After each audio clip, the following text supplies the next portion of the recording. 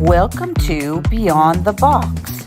Inside, outside, upside, downside, beyond the box.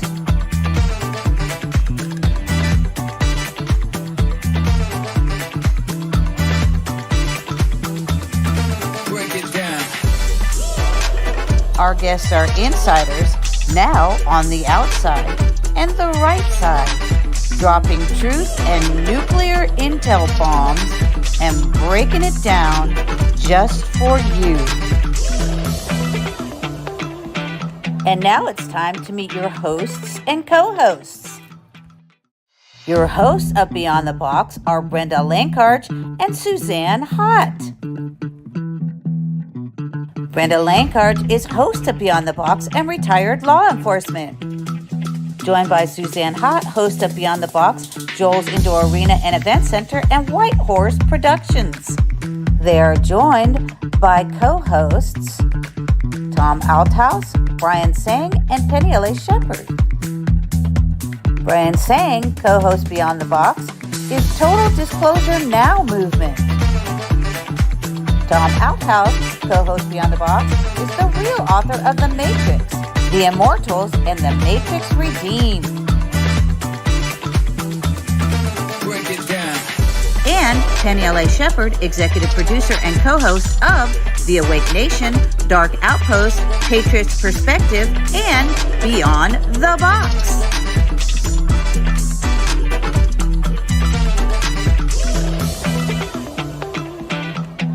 This show is for entertainment purposes only. Inside, outside, upside, downside, beyond the box. Beyond the Box begins now.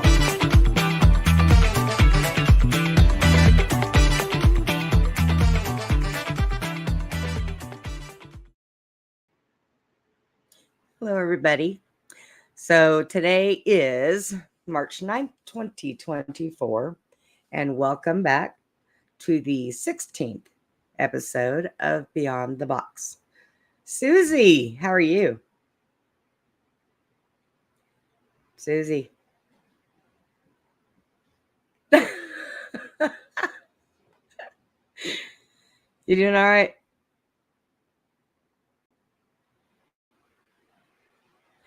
Okay, we'll fix that in a minute. All right, everybody. I'm going to go ahead and bring in everybody from backstage.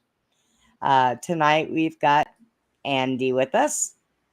Hello, Andy. Hey.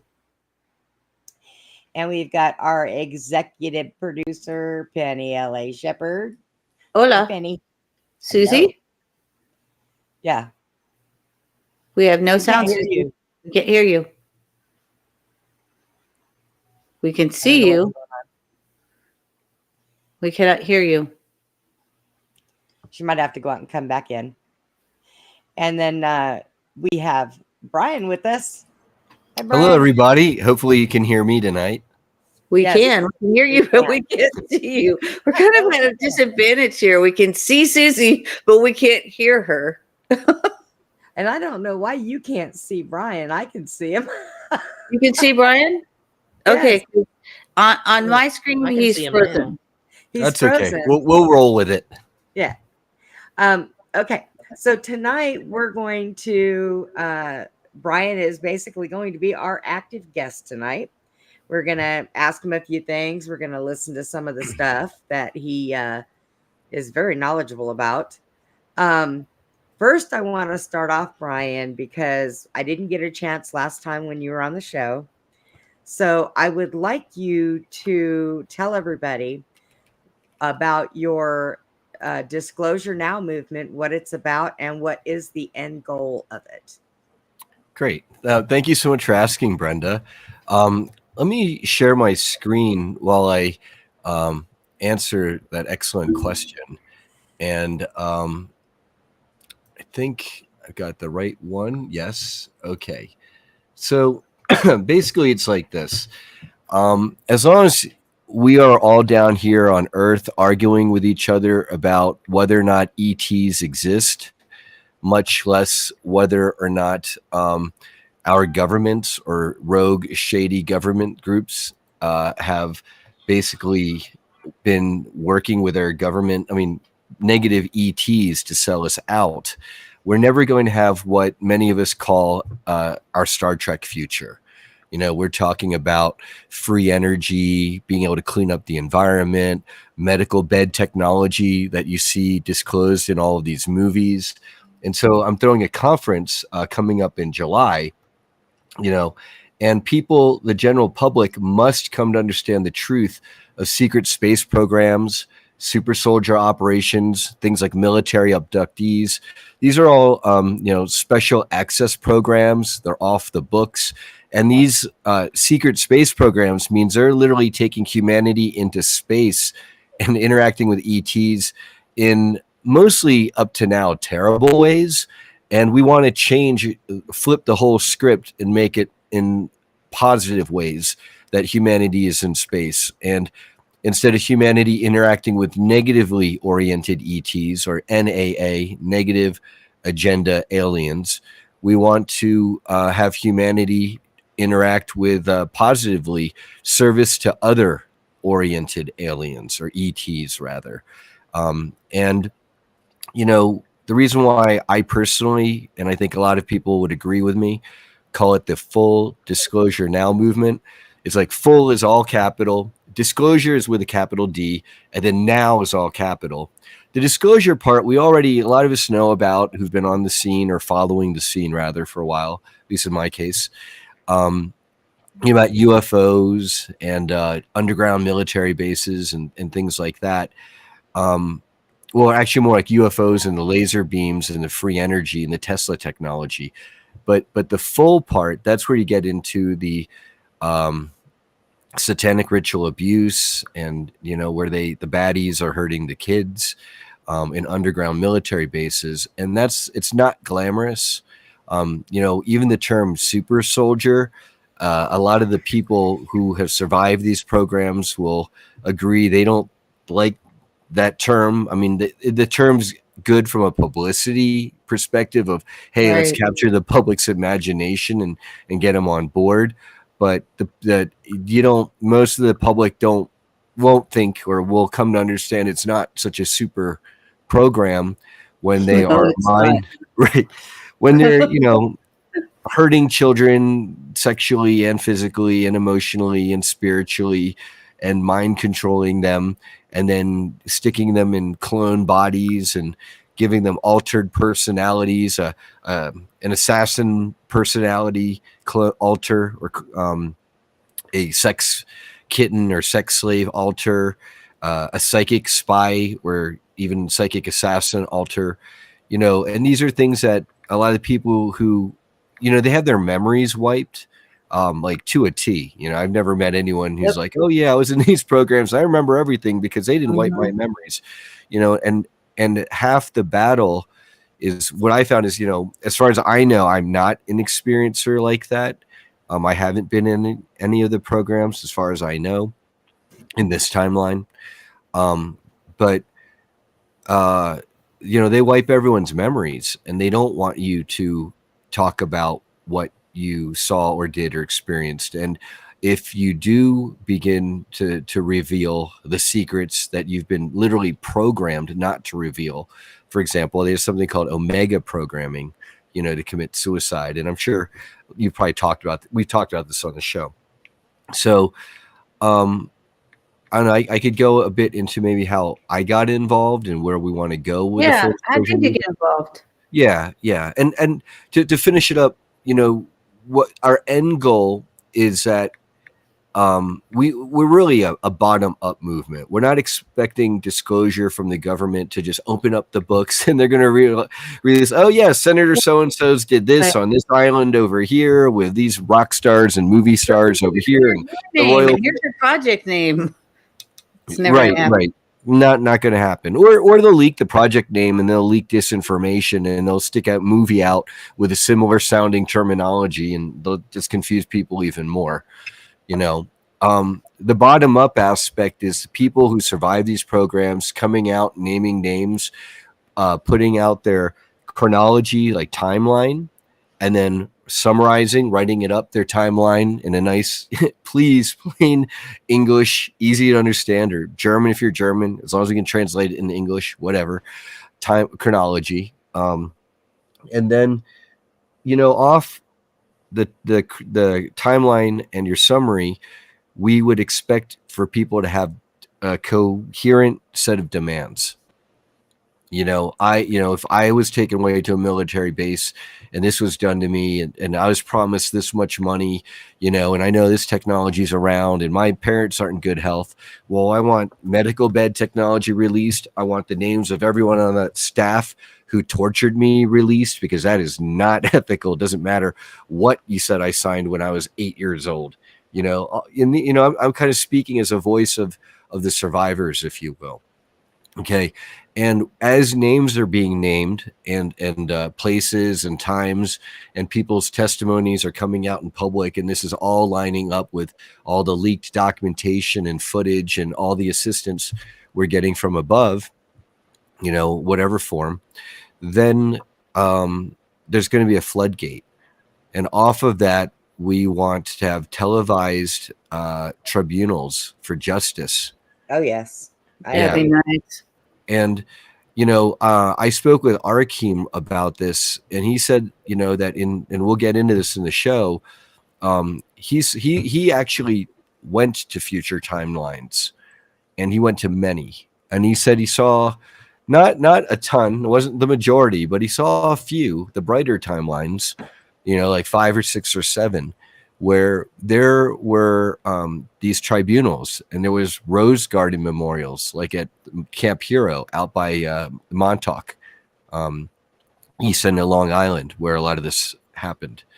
And there's health and healing centers that open up, starting the first one being a First Nations, like Lake Shoals, Alberta, Canada, I think is what Arkeem says. And that's like, I think, a good start for us to basically kickstart humanity into New Earth 2.0, if you will. And that's our goal. It's our goal. That's great. Thank you. Yeah, I do definitely. Like I said, I knew kind of what it was about, but I didn't know that it covered a lot of things, like the med beds and all that stuff.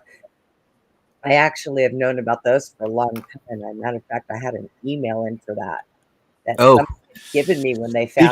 Be careful with some of those things. There's some scams out there. I know. I'm not going to name names, but we've got these med beds, and just send in us all your information. And sure, be careful. This one I did last year, and they didn't ask for anything other than my email and my name. Okay. And it was given to me by somebody that was trusted. So, I mean, my feeling is that the folks who have access to this technology, they already know who we are. We don't need to sign up on an email list. They're going to find us. Yeah, because they were okay and talking about it and everything. And then when they found out I lost my leg, they're like, oh, wait a minute. You need to get in on this list. I'm like, okay. Why is that? Sure. So, you ever get headaches, fatigue, insomnia? Well, have I got a Tesla med bed for you? Just give me your name, address, social security number, name of your first pet. That would be right. Your mom's maiden name. That would be like saying, if they said, boy, I got a Tesla med bed for you, I would be like, okay, so does it catch on fire like the cars? Because if it does, I don't want to be locked in it. No. I mean, full disclosure, I used to work for Tesla, the company. I'm not the biggest fan of Elon and the decisions he makes. If it was me, on my way out with my outgoing email that did get the attention of at least his executive team, if not him and his executive team. He should have called it co-pilot and not autopilot. Wow. I agree. Yeah. And I'm available for consults too, just so you guys know out there.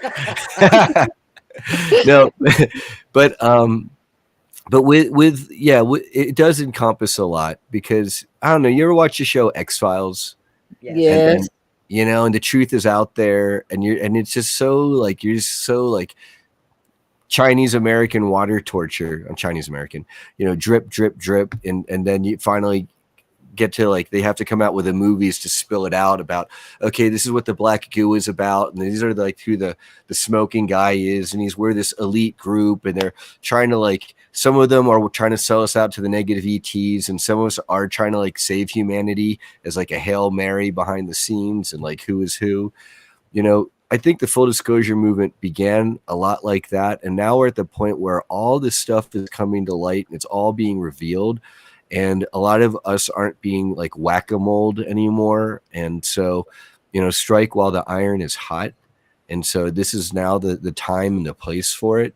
And with this conference, you're going to see a mix of not only Montauk survivors like Arkeem I mentioned, but also people are doing blind remote scientific remote viewing to confirm the testimonies of people like Penny Bradley and Tony Rodriguez, or people who broke the story, decades ago with Max Spears, and everyone thought he was crazy. What's this black goo stuff, and super soldier programs. And then of course you had the Gary McKinnon hack. And anyone looking into that will find that it is immediately has a lot of peculiarities in regards to things like Solar Warden and spreadsheets showing databases of extraterrestrial personnel being shuttled around and stuff like that. And so and then here's me, your host, and it's going to be this July in Tampa, coordinated with our sister event, Day of Being 4.0, and this is where a lot of star seeds and light workers are going to be gathering on the beach, not for just Saturday, but now Saturday and Sunday, and that's going to lead into our event. And we're going to have a healers, psychics, and readers gallery for there's a lot of need for healing in this movement, given what a lot of these folks have been through. Not everyone has had like more positive ET experiences. Some of our people here have, but not everyone. And even if you had just all positive experiences, great. Here's a chance to avail yourself of getting to meet and work with, consult with face to face some of the, I'd say most publicly available, powerful and wonderful psychics on Earth right now.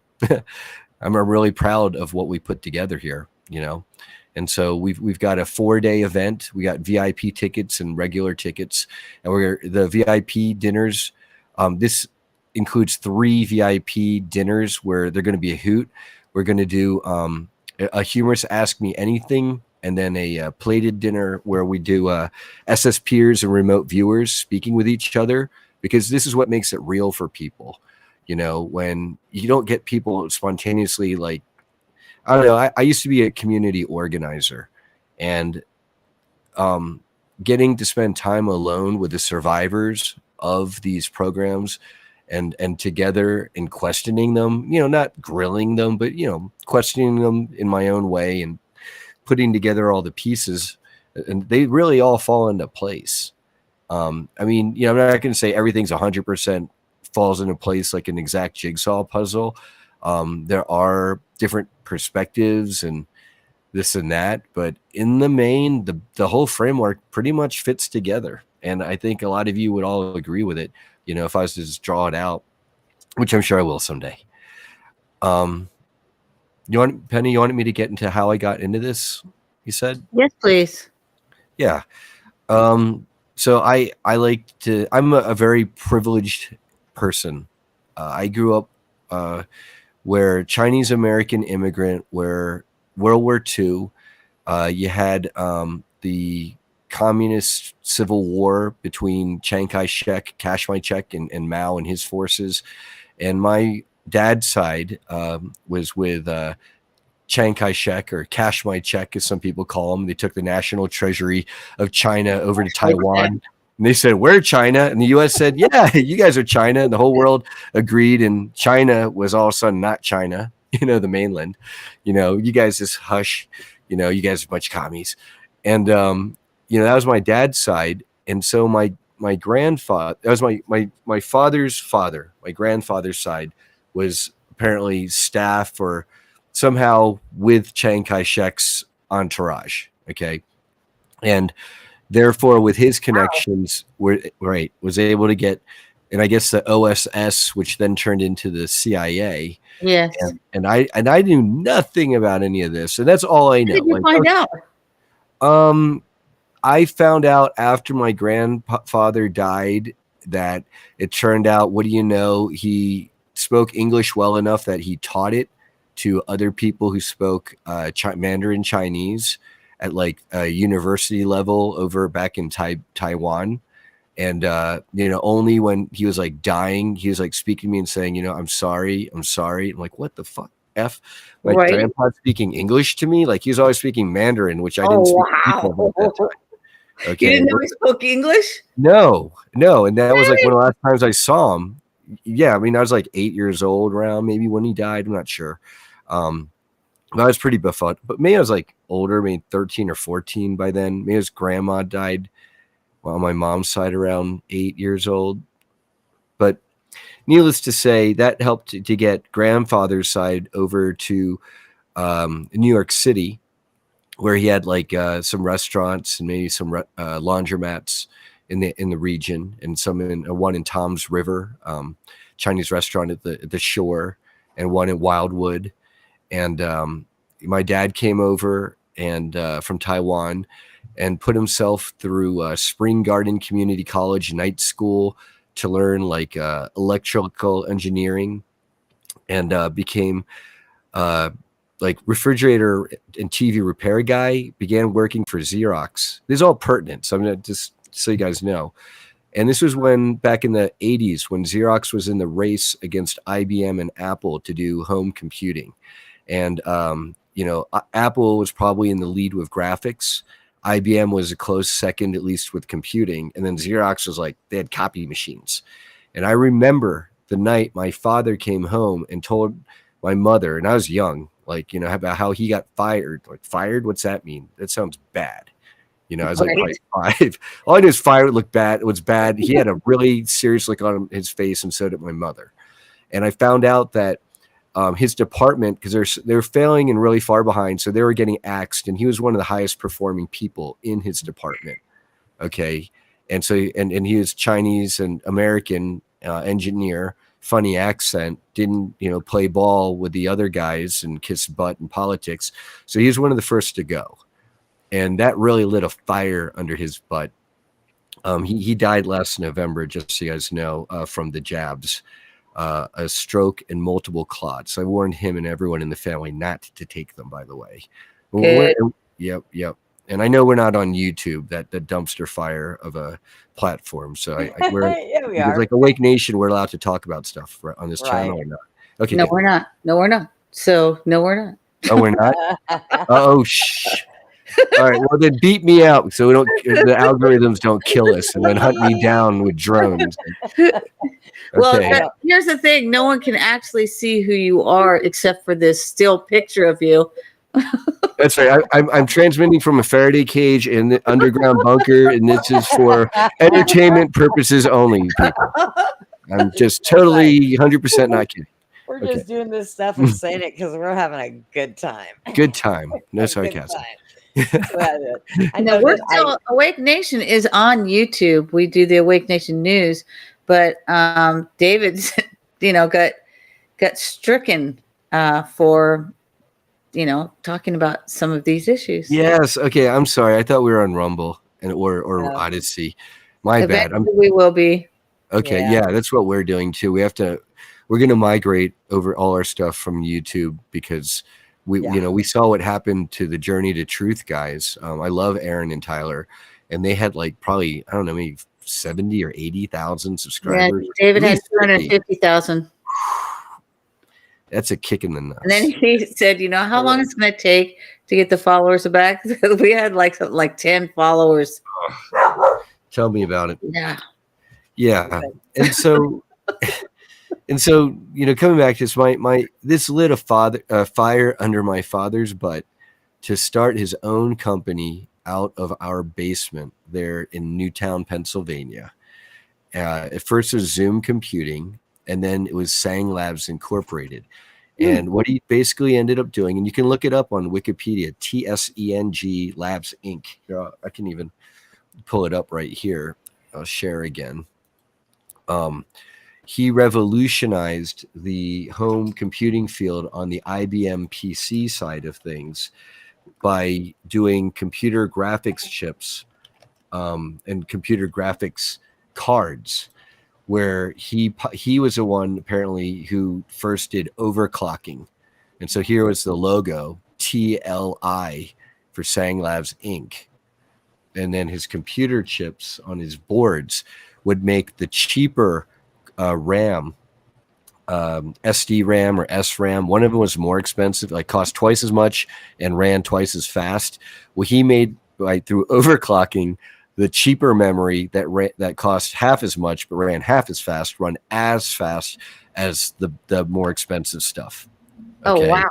Yeah, and later on, and so we went from rags to riches from the 80s into the 90s. They made in Taiwan? I'm just kidding. Yeah. He made some in Taiwan, and then some. I remember going to Japan, to Tokyo, and being wined and dined. It was funny that we got to get fast food after that because it was a really fancy meal, where they bring you everything on small, tiny little plates and trays, and then like we left, and Jason was like, I'm still hungry, and my parents were like, do you realize how much that money, that meal, like they just, could they have not given us a little bit more food? Exactly. That's what we said. Exactly. That's why my mom said, you would have thought they would have fed us better, like Toshiba. Right, they use the little plates to like make the food look bigger. Yeah, exactly. I want to do a little sound check here for a second. Susie, can you hear us? Oh God. Say it again. What? Okay, we heard you. No? Okay. We just wanted to make sure we could hear you. Yep. We heard you say what?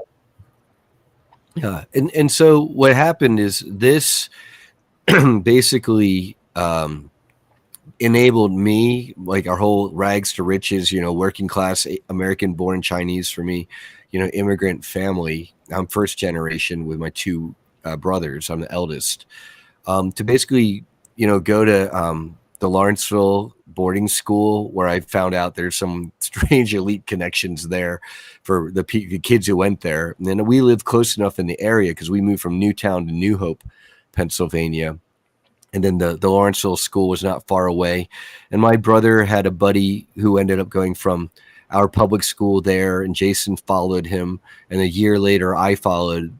And so that, I got to go to a boarding school and see kids from all over the world and who are very privileged, coming for their high school education. And I thought, why not go out from the East Coast to California and see what's out there for college?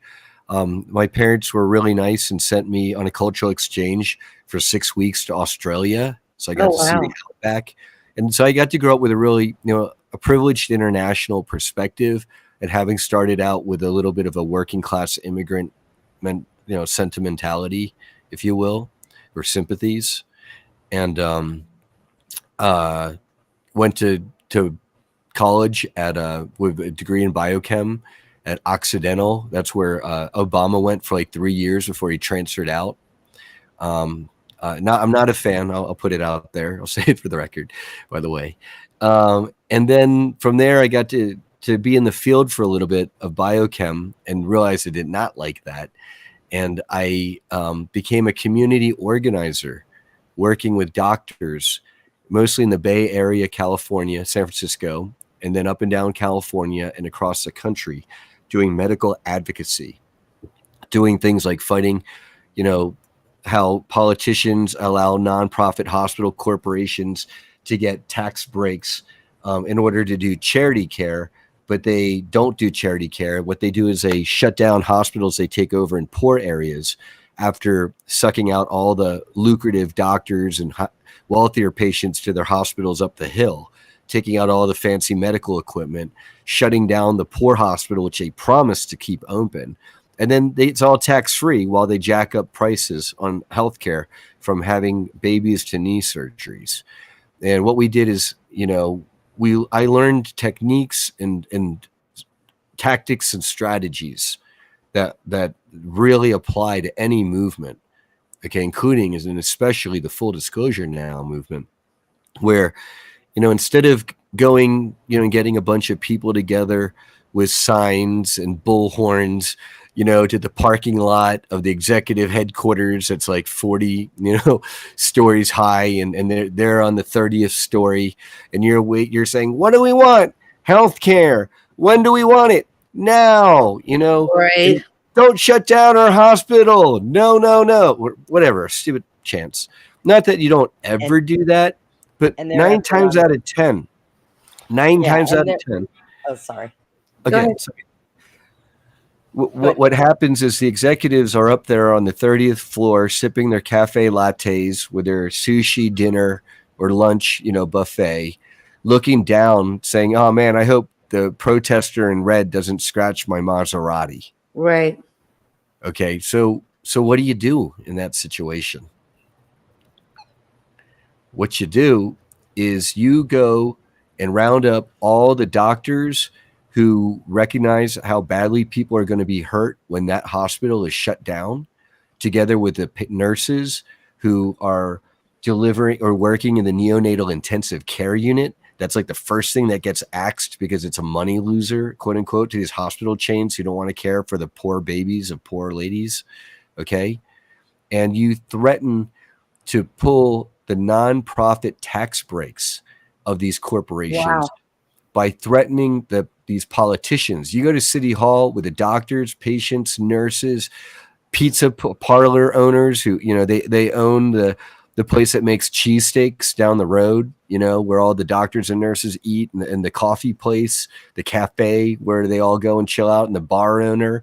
And now you're swarming City Hall and you're saying, why are you lame, no numbnuts, do nothing supervisors continuing to take money from these nonprofits, okay, to run your campaigns, and we vote for you while you give them at the local county level their nonprofit tax status.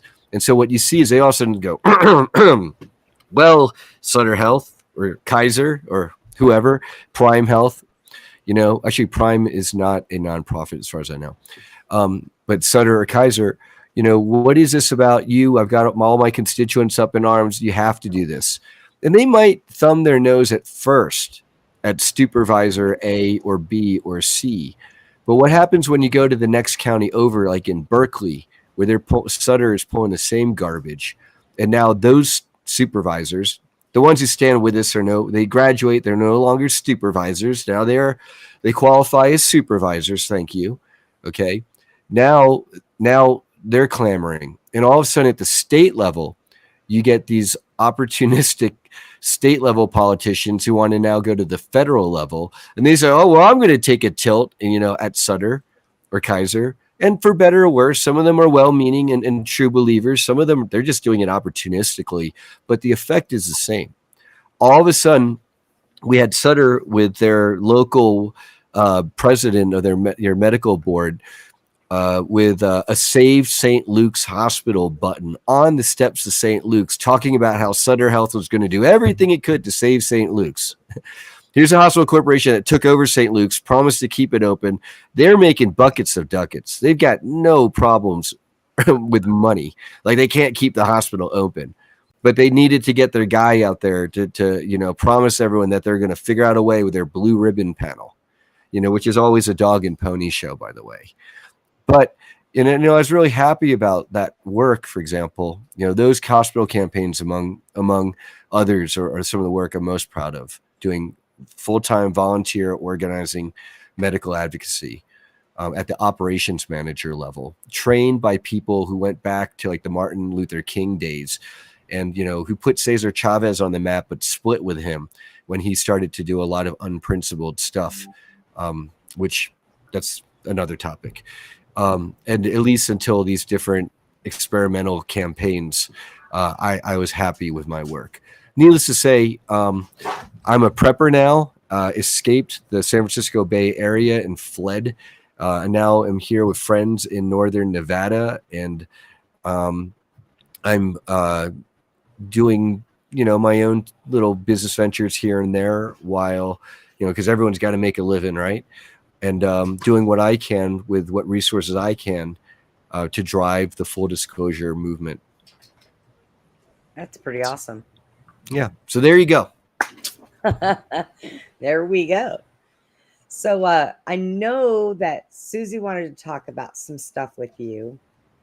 And I know that I want to talk some more about the timeline stuff, because that's very interesting.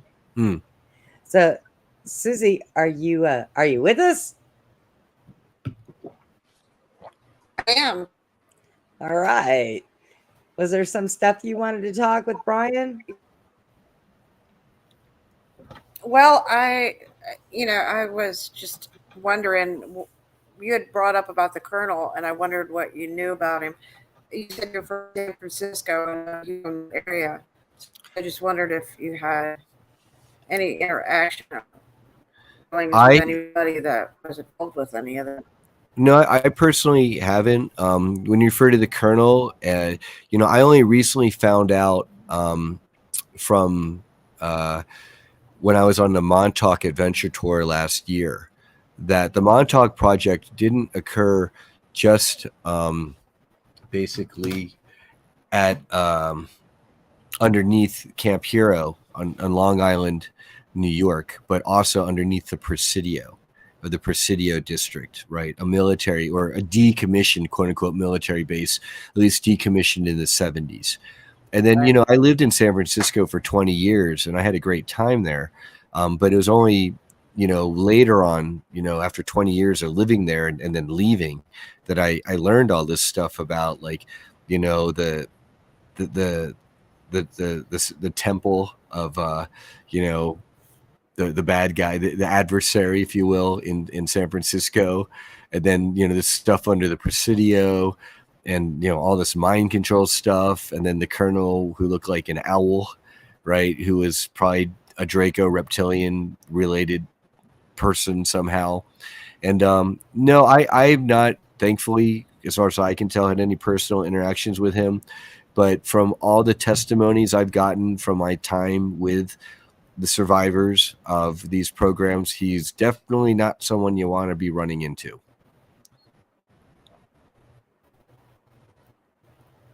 Right. I learned about him because I had a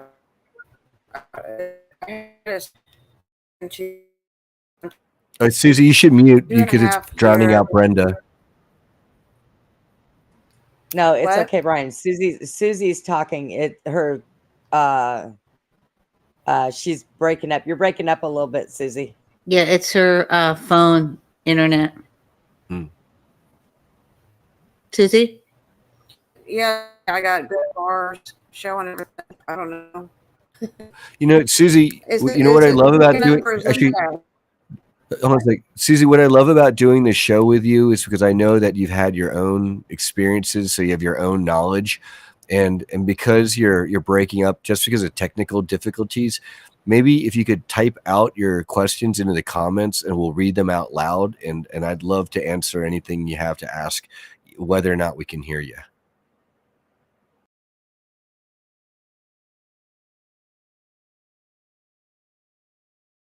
And then I'm over here talking, and I was muted. Yeah, go ahead, Brenda. Well, while Susie's typing out any questions or comments, or hopefully not hysterical outbursts she may have, why don't you fire away?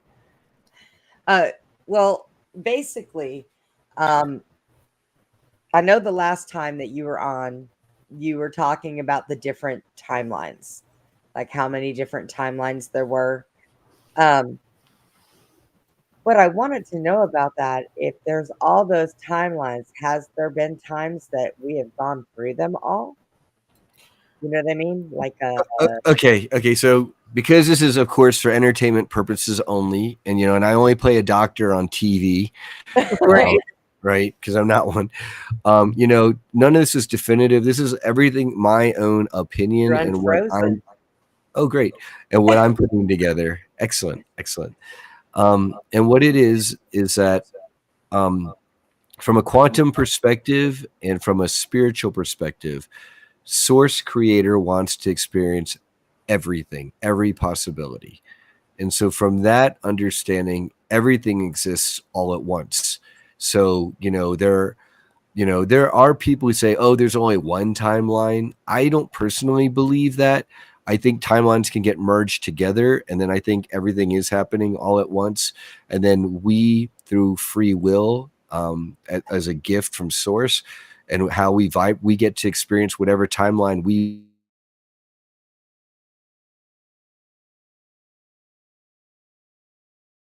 There are probably, I kind of think there's probably like 64. I'm just going to throw it out there. General timelines, like main timelines that are like, there's like meta. There's a meta of, these timelines. Like in general, you're going to end up with timelines where 40 out of the 64 are good. They're like our Star Trek future, or like a Fantasyland future where we've got awesome flying dragons and stuff, or where we're like flying around in space and it's like Star Wars or Dune or whatever and positive. And then, because Source wants to experience everything, I think there's probably, let's say 14 are those are negative timelines. Like there's the Mad Max timeline where like you've got the smokers, trying to kill people for gasoline, and you've got the Terminator future and the Matrix future, and like a vampire or zombie future timelines, right? And basically the baddies, if you will, these negative elites, what they were doing is they weren't just experimenting with the Montauk Project to figure out how to open up portals in time and space. Well, once they knew how to do that, they were running these children as time soldiers to basically mess with the timeline and shift us onto one of those negative 14 ones. Because who do they serve? They serve the dark ones, right? And Yeah, so Disney was involved with Andy Basiago's project. right. I don't think it. I always say his name wrong. Basagio. I say Basagio.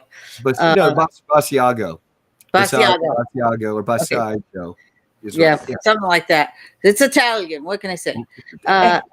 So she was involved with Project Pegasus, and she found that out in this last year. She talked to him because she had remembered being in the gifted program, and then she said she remembered the clock like not moving, and then looking outside and waiting for Pegasus. So that was her memory. And so the gifted program, they had tested her, and at one point her mom pulled her out of her school and flew her to St. Thomas. They left basically. I mean, St. Thomas is a what do you call it? Like the Virgin Islands is an island of the United States. And it's really close to a certain other famous island. And then Yes, there's other famous wealthy people who have their and own she didn't go to islands. school that whole year that she was there. I think she said she was in over 300 different homes, something like that. I mean, just an outrageous amount of homes. I can't remember what it was. It was either 30 or I think she said 300, and just so many different schools that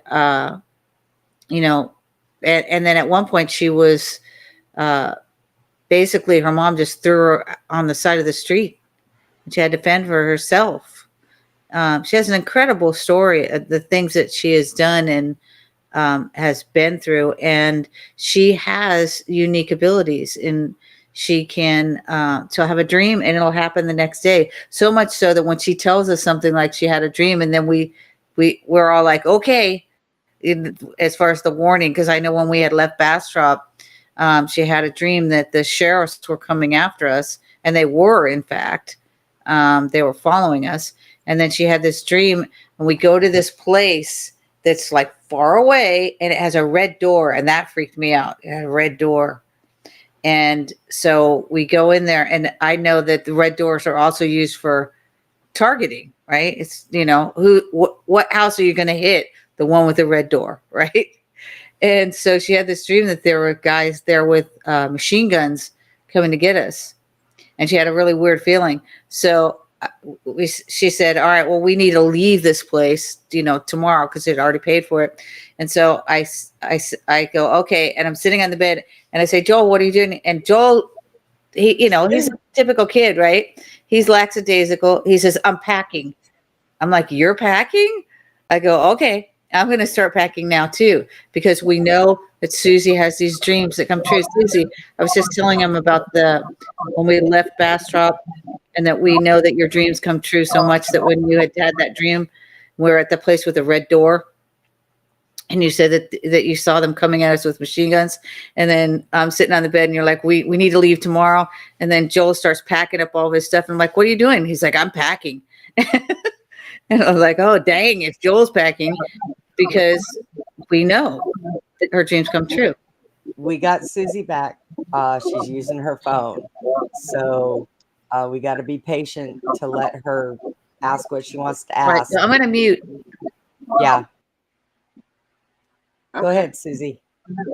Okay, yeah, I can hear better, and it's clear signal on my phone. It's on the computer. It's real muffled, and then it keeps freezing, and just kind of weird. I don't know. But anyway, it just sounds better. I don't know. Anyway, yeah, I missed everything because I was out trying to switch over to come back, but what I was getting into was that I had an experience where I spent like 2.5 years every night talking to Jesus and going places astrally, being shown stuff, and it was all night, like from the time I laid down to the morning. He was just talking to me, showing me stuff, and that's how I found out about Aquino. That's how I found out about Max Spears, and then I talked to Max and warned him 30 days before he got murdered, not to go in that cave, and just all that stuff. I just met all these people through what God showed me, and it was just so much stuff. I can't, but I was having dreams since I was born, but this was different because this was like, I asked him to show me everything about creation from the very beginning. But he didn't have to explain DNA to me because it was complicated. But, if he wanted to, he could.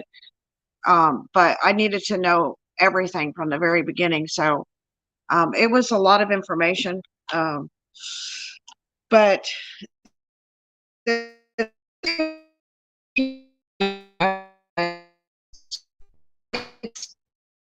and You're breaking up now, Susie. But Penny,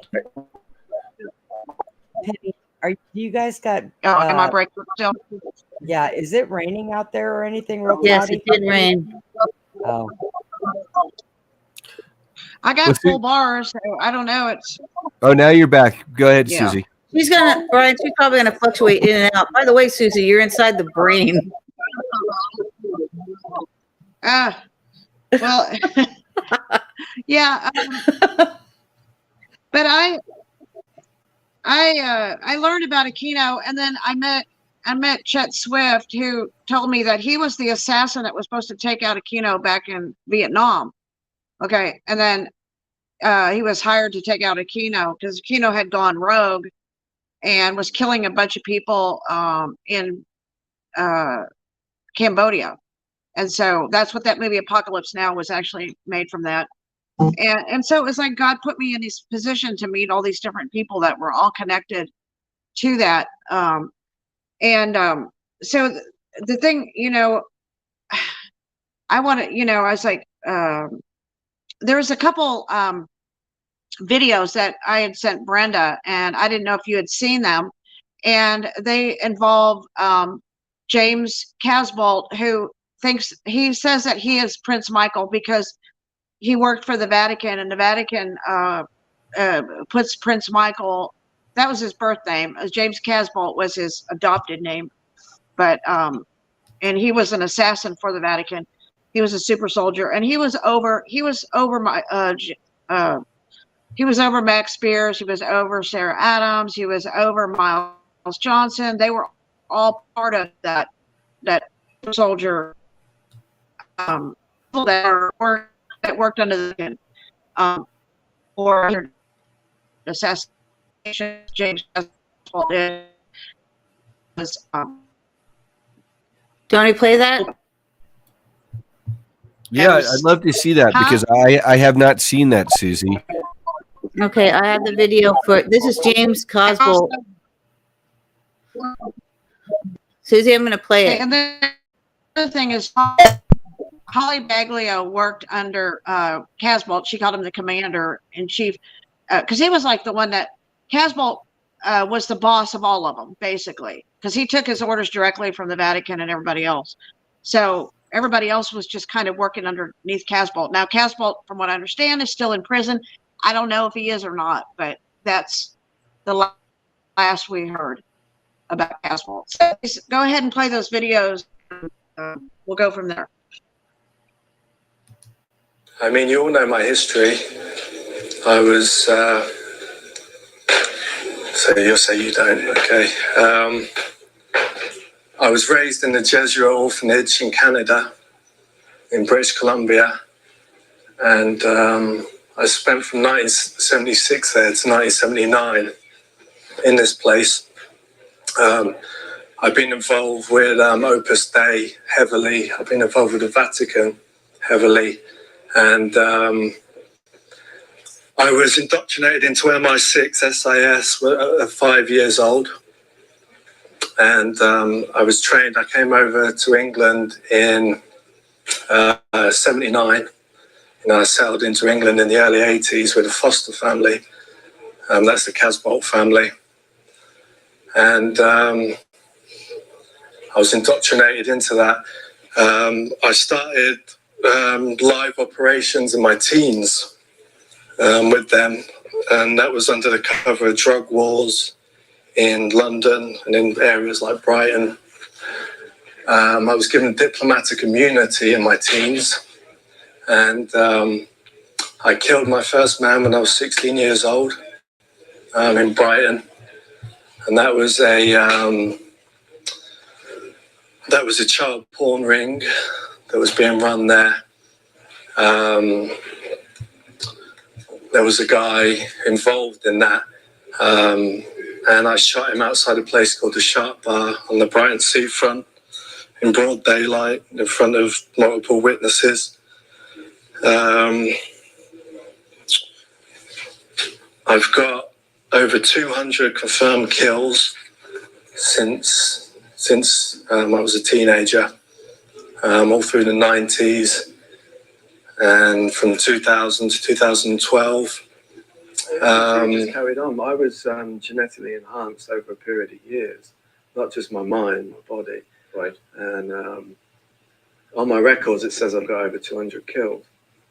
Right. So it's saying that you've killed 200 people, even though that you're not aware of it. I remember killing not 200 people. I remember killing a fair amount of people. Right. So as recently as 2007 in South London. Right. So, but this would be under some kind of mind control, so that you're obviously, you don't blame yourself for those killings. Then you blame whoever's programmed. I mean, I know some of the people I've killed. I know their names. Right. I mean, I can, and I don't. Some of them were terrorists, and I don't. No problem with me. No, right. I'd do it again if I had to, and I won't lose any sleep over it. Right. So, how conscious were you of? I interviewed a guy called John Irwin, who claims to have had not the same, but the similar thing in the late 50s, where he was fully conscious of everything that he was doing when he was murdering these people. He was just, it was, you know, John Irwin, do you? Yeah. Yeah, it was mainly the close combat techniques that were programmed into him, rather than the actual mission, So when, obviously, if you're going to go and kill someone, you're conscious of it, but how come you're not arrested and then banged up? Because it's state-sanctioned execution. Right. Okay. And how much are you doing it by your own volition then, and how much is it done because you've been programmed? Well, it's all the lines are blurred now. Right. Whereas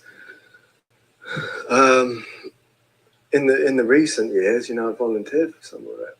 Right. So when there's been a big war that's broken out in the intelligence community, and where I'm having to take the fight to people now, or else I'm not going to survive. Right. So when obviously throughout your teens and childhood, where did you grow up? Like say from the age of 10 upwards, where were you there? Well, I was being moved around the world, different countries. All right.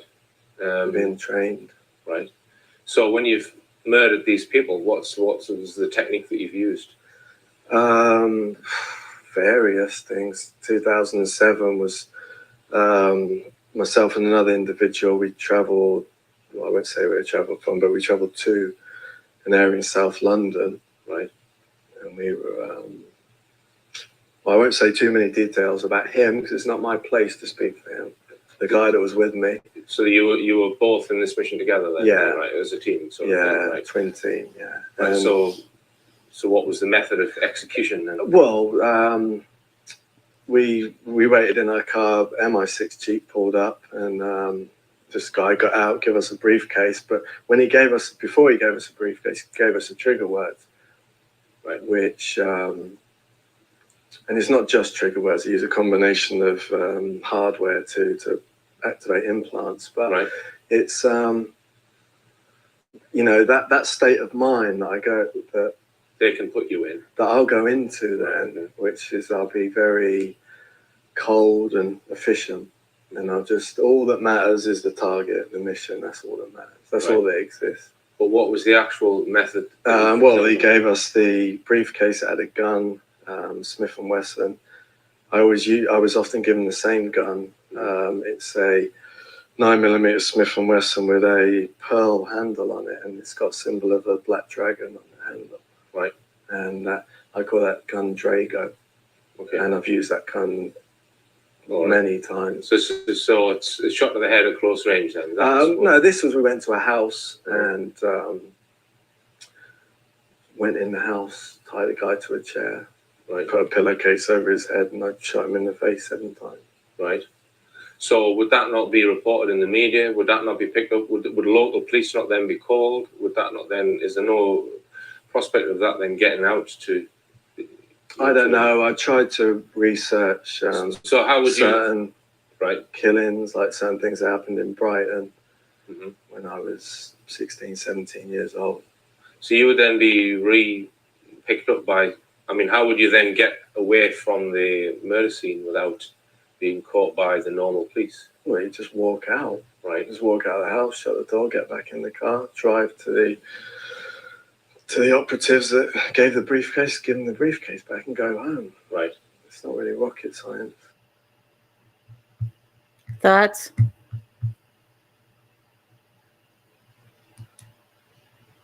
Hello? Yeah, I mean, then that sounds pretty consistent with everyone else's testimony, and that was decades ago. And here we are now, and we need justice. Let me unmute Susie because I'm sure she has something to say. So hang on, everybody mute. Right. Okay. So, and there's another video that I wanted to show, and that one is that's a letter that James Casbolt wrote to Holly Baglio, and it was to be passed on to Miles Johnson, which he quotes a scripture. And it's in reference to their boss, Michael Aquino. So I'll go ahead and show that one. Okay.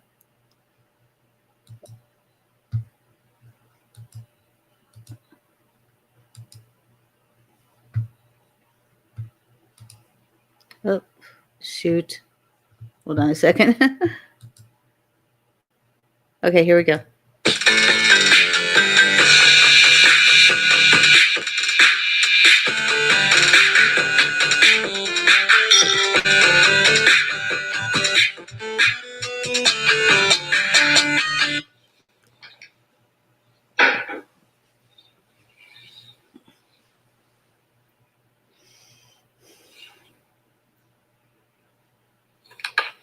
You don't know. You don't know, huh? So don't act like you do. Because then something bad might happen to you. Anthropos here with some breaking news. I am in possession of documents from James Casbolt brand new documents in the form of 2 letters from James Casbolt to Holly Baglio, the super soldier. Holly contacted me personally several days ago, asking me to deliver these documents to Miles Johnston of the Basis Project. I've been in touch with Miles this morning. He's in the middle of a live broadcast with with Gabriel Cruz, I believe, the ex cell phone tower engineer who is whistleblowing, I think something having to do with 5G. And, you know, it is Miles' wishes that these documents be released live on air. And so that's the reason for the nature of this YouTube video that you're watching right now. Okay, and so without further ado, we're going to release the documents. Okay, here we go. Anthropos here. I've got the documents right here. This letter right here, and this letter right here. They're both kind of short. One's definitely shorter than the other. These, let me get it to you so you can see it on the screen.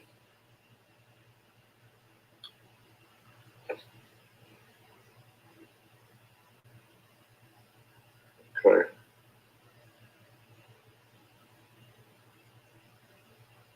Not sure if you can see that. I'm going to read the letter to you aloud so that you'll know what the contents of it are. This is from HMP Let Hill, anyway, the name of the prison where James Casbolt is being held at this time. This is a letter from James Casbolt to Holly Baglio, the super soldier. These letters are brand new.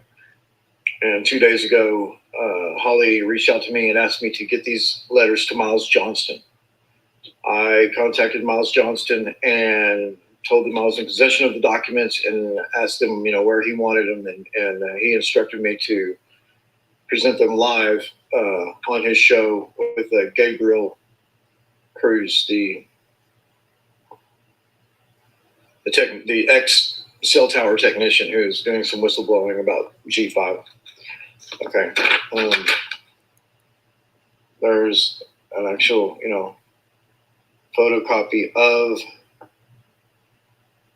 the actual letter that I'm going to read aloud right now. Happy birthday. Remember, this is from James Casbolt to Holly Baglio. Okay. Happy birthday to you, in exclamation points. Holly, this is the voice of God speaking. In quotes. She held a golden cup in her hand, filled with abominable things and her filth. This title was written upon her forehead. Mystery, Babylon the Great, the mother of prostitutes. Revelation 17. Holly, first, you must contact the mother of prostitutes, / Carmen, Carman. She is possessed by the spirit of the Antichrist. You must help her. Second, after you contact Carmen, you must contact Brandy. And in parentheses, parentheses, yes. Get Brandy's contact details from Carmen. And then Brandy, too, is possessed by the spirit of the Antichrist. You must help her.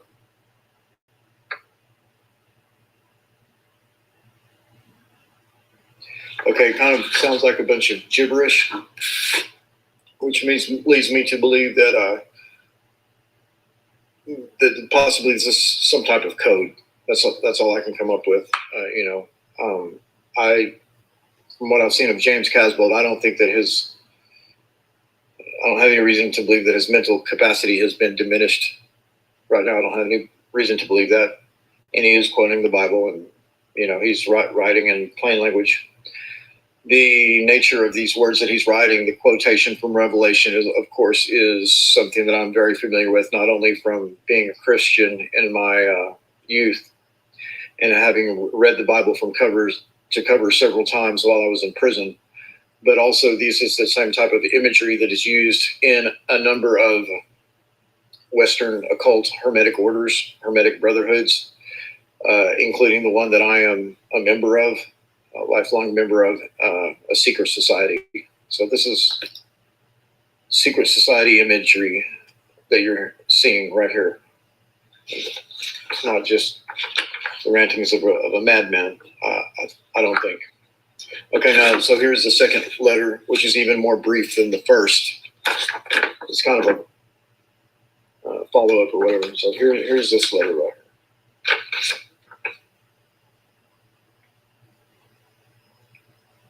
I don't know if you can see that.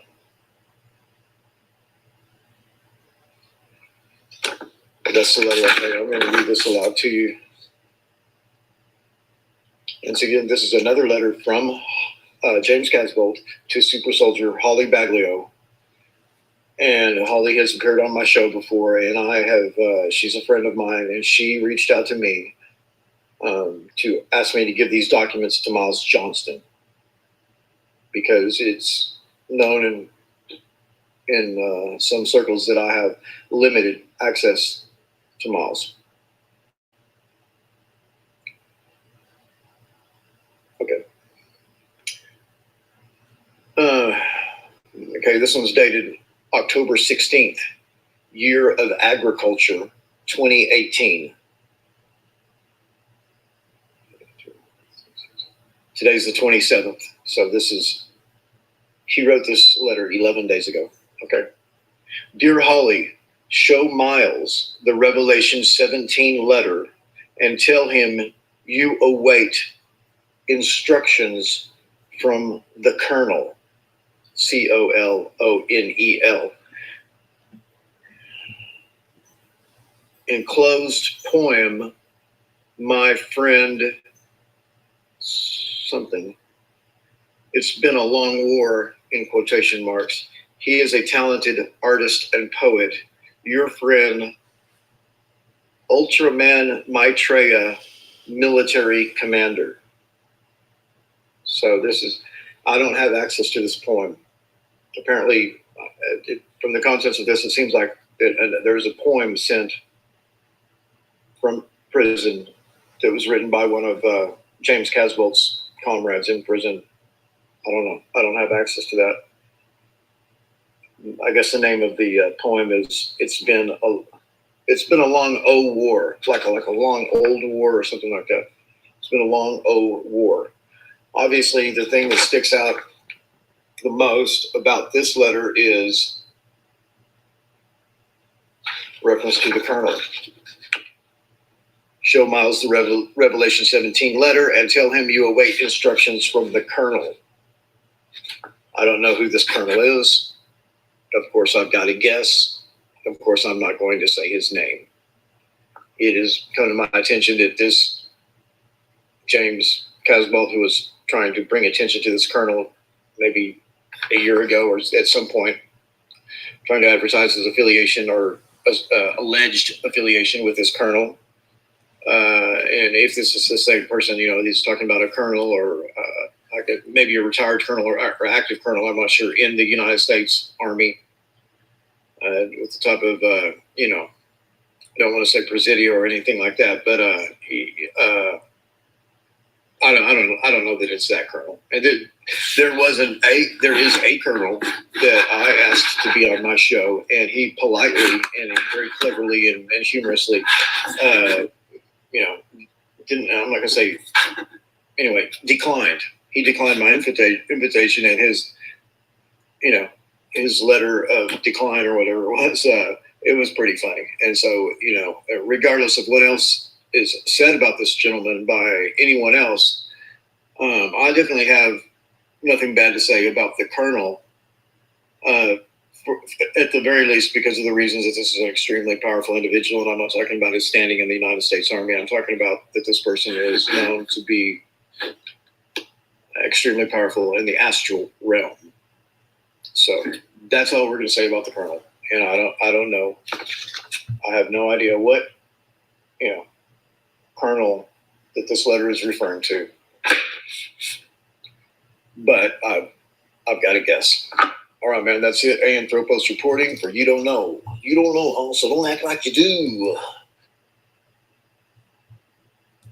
Thoughts? Okay. Now, Susie, do you want to make any comments before I find out what Brian's thoughts are on this? I'd like to hear you guys. I'd like to hear y'all's thoughts before I say anything. Go ahead. Okay, go ahead, Brian. What are your thoughts on that? Yeah, my understanding is that Colonel, if it's Colonel A, right? He died right around that time too, didn't he? Around 2019. So it was shortly thereafter. I think he at least officially in the news left this earth. And I'll look it up. We could look it up. And then I know from just speaking with my friends who are survivors, testifiers, that there's oftentimes trigger codes and stuff like that. And so maybe with there's an update here on supersoldiertalk.com that Michael Prince James Casbolt, he's out of prison and he's looking okay. His hair is just kind of whitish gray now, but he looks fine. So trying to reach out to it's hard for me because I kind of would put the Colonel on the opposite side of, say, Miles Johnston, or like a personal friend, contact, or fellow survivor. I could understand him wanting to reach out through a letter to reach out to Miles as a whistleblower, right? Or maybe another survivor for, I don't know, a positive reason. But I don't know why he would want anyone to reach out to the Colonel. On the one hand, the Colonel is probably if it's the Colonel I'm thinking of, would have been one of his tormentors, but probably also a boss in a way. But then on the other hand, a person like that Colonel, if they wanted to, probably with a snap of their fingers, could get him out of prison. So it's strange. Maybe he's trying to get word to him for some reason, like as a plea for help, because he did say that he was Opus Dei. Cosbolt is Opus Dei, and Miles interviewed him extensively. Mm-hmm. But I believe that he still is Opus Dei. I think that's one of the things, like, once CIA, always CIA, once Opus Dei, always Opus Dei. I think that he's working still for the Vatican. He has a hit list, Cosbolt does, which I copied down. I think there were something like 40 names on it. And I know Miles is on that list, on the hit list. Oh, well, that's... I wrote it down and I put it in. Susie had to had to help me look for it when we were in Bastrop, because I have like 150 notebooks. And so I try to put label things on the front of it, but I had written down all the names on the hit list. And I know that Miles was one of those names on the hit list. I believe that, I didn't know that Cosbolt got out. So that's news to me. I might have an inkling also. I texted you something, Brian, as to who some of those people were. Some of the names in there. I think I texted you too, Susie, and that's something I'm not going to, I can't it's only speculation, so I can't say on the air. But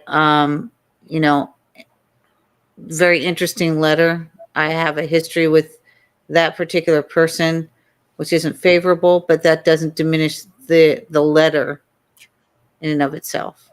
Mm-hmm. Right. Yeah. And looks like we better beef up security at our event then.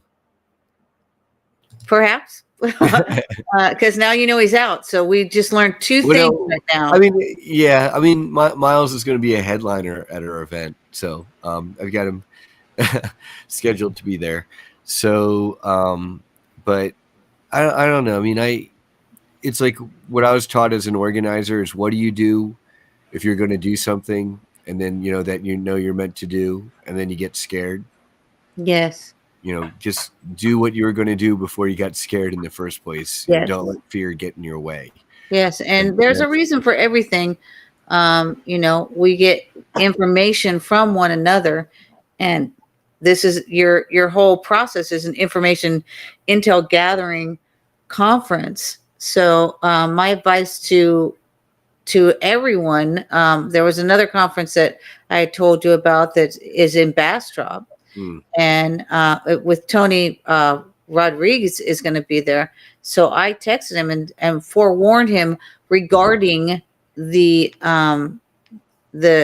policing departments in Bastrop, as well as it is a meth town. It's a meth using town. So, I told them don't cancel your event, but just be vigilant and, make certain plans to protect one another, and don't do anything that's, don't get drunk, don't drive drunk, because in these situations you need to be forewarned, because in that particular town in Bastrop, they will pull you over for oh, you swerved a little weird, and the next thing you know, you're dead. So my thing is always safety and just forewarning. So this kind of appears to be a little bit of a forewarning for you, because I didn't know that Cosbolt was out. So you just gave us that information too, and Miles was on that hit list. Yeah. I'm gonna go ahead and unmute Susie so that she can make comments and stuff. So go ahead, Susie. Yeah, my thoughts are, when the colonel, he was, the part of the Presidio investigations. He was charged by 75 children of satanic abuse, and then of course they didn't charge him because it was a matter of national security. Now he, according to Jesse Zabotar, she was trained under Michael Aquino and John Brennan, who's the head of the CIA. So I'm just saying, you have Casbolt and Spears work together, and they spent a lot of time in San Antonio, Texas, and they were in a lot of the underground bases that run from San Antonio. They run up to Austin. There's a lot of tunnels up to Bastrop. They go to Dallas, and then you got Elon Musk that just moved to Bastrop, bought a portion of my boss's ranch, and he put the boring company in there so he could bore tunnels. He said he was boring them from Bastrop to California to ship his cars, but who knows what else the tunnels are there for, be used for. Casbolt was married to Haley, had a child there at the military base in San Antonio. He also was shot in the head by Max Spears. Max was given orders to shoot James. James recovered from that gunshot wound. He didn't blame Casbolt because, but the thing of it is that these people have worked under some very powerful people. They admit that they have chips. They get triggered. That they do what their bosses tell them to do. And so I'm just saying, these are some very powerful assassins. They're known assassins. They work for very powerful organizations, and so, and I mean, they're very vocal, very open about their life, what they do, who they work for. It's not a secret, so I'm just saying, Miles Johnson and all of them, they all worked under Aquino. I mean, that's very, forthright and all that. And, whether or not that they have, had a conversion over to, Christ or not, and, come on to the other side, I don't know. Are they, one of the things that was in that letter, it indicated that Casbolt was very clear that there were people that were basically possessed by a demon of the Antichrist. So that means that they will do what that demon leads them to do. And this is probably part of Michael Aquino's programming, was to make sure that these people had these demons, and so that they would all be, working with the with the dark side, you know. And this is exactly. Go ahead. And this is exactly why the healing work is so important to do with the survivors of these programs. And it seems like the programming breaks down, or starts to break down with a lot of them as they get into their 30s and 40s and 50s. As it seems, as people become more self-realized and self-sovereign, and they kind of learn the lessons that they were never taught. That a normal father and mother type situation would teach kids, growing up, that the programming breaks down. And my hopes is that a Michael and James, that they could be healed and happy and whole. Like James, that Michael James Casbolt rather could, like the others, overcome any programming. And that's a difficult one, because he's been killing people since he was a child. And when he first spoke about, he said, this is the voice of God.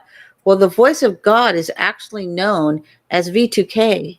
Mm-hmm. It's an implant it's actually technology, which Amy Holm, who's on our show, talks about all the various technologies. She believes that she was a military MP. She has Amy's audios in which she does digital audio fingerprinting, and she can actually help someone in a court of law if they've been attacked by direct energy weapons, or if they have any kind of implants in them.